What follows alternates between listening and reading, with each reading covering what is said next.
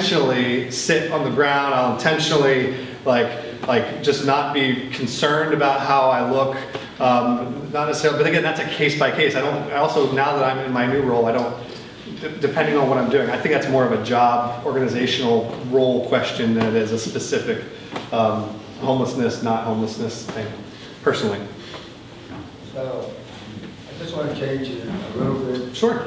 And jump, something you said earlier about treating people like a client at a restaurant, Mm-hmm. you know. And so what I found is that the best places that we went to dinner were places that had tablecloths, had some candles, had some music, had some flowers, you know, that they served you. You didn't get online, you couldn't fight, you couldn't rush to get first.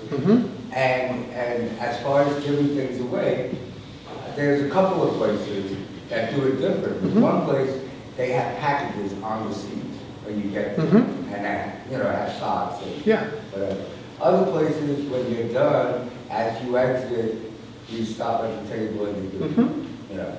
And I think it goes a long way to making people feel, you know, but a dignified person. You know, you're not handing something out to me because I'm desperate.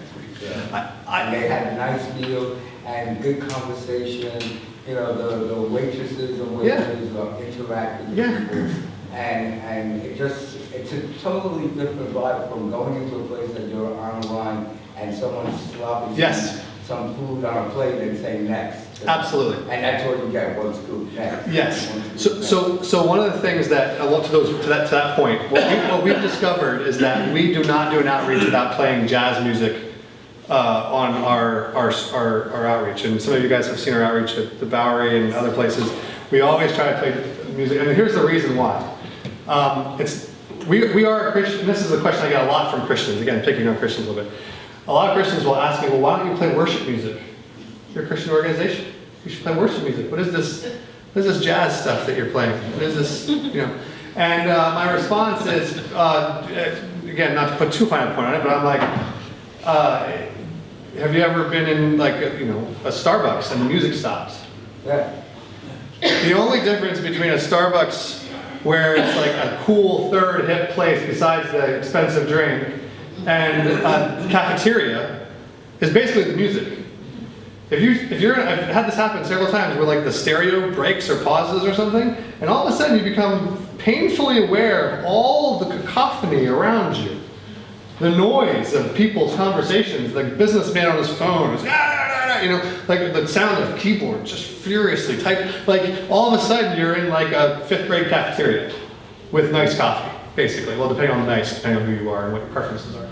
But so music makes so for us making like, and the other thing we tell our volunteers is like when we serve, because we do soup. I'm not judging soup. Now I'm very biased. I think our soup is the best soup in New York. Just saying. But at the same time, when our volunteers scoop the soup to put in the cup, I have a volunteer who is assigned their assigned job is to wipe the cup down. And I also tell our volunteers, we need to make sure we keep a clean environment. It's not fair to like just keep a place that's all messy. Like if you spill something, clean it up. Like it's okay to tell the person who's next in line, hey man, I'm really sorry, give me a minute. I want to clean this up so I have a clean working space to serve you from. Give me a second, it's okay.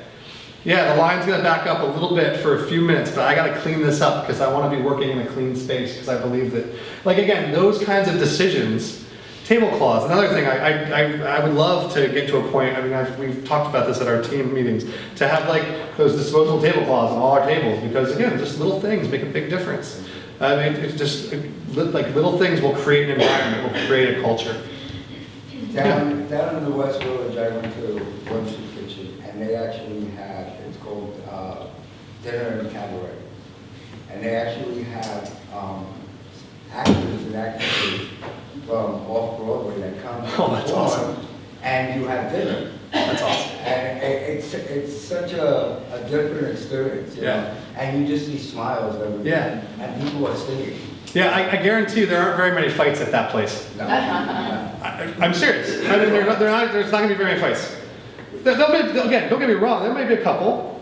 I'm not giving you guys a blanket, like, salute, like, guarantee of peaceful, and I'm not saying that. People come in with their drama. That's, again, people are people. You're dealing with people who tend to have a lot of pain, and people who are in pain sometimes react badly in random situations, no matter what you do.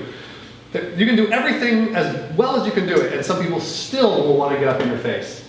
That's just reality. So I'm not sitting here pretending like this is like a zero-sum game.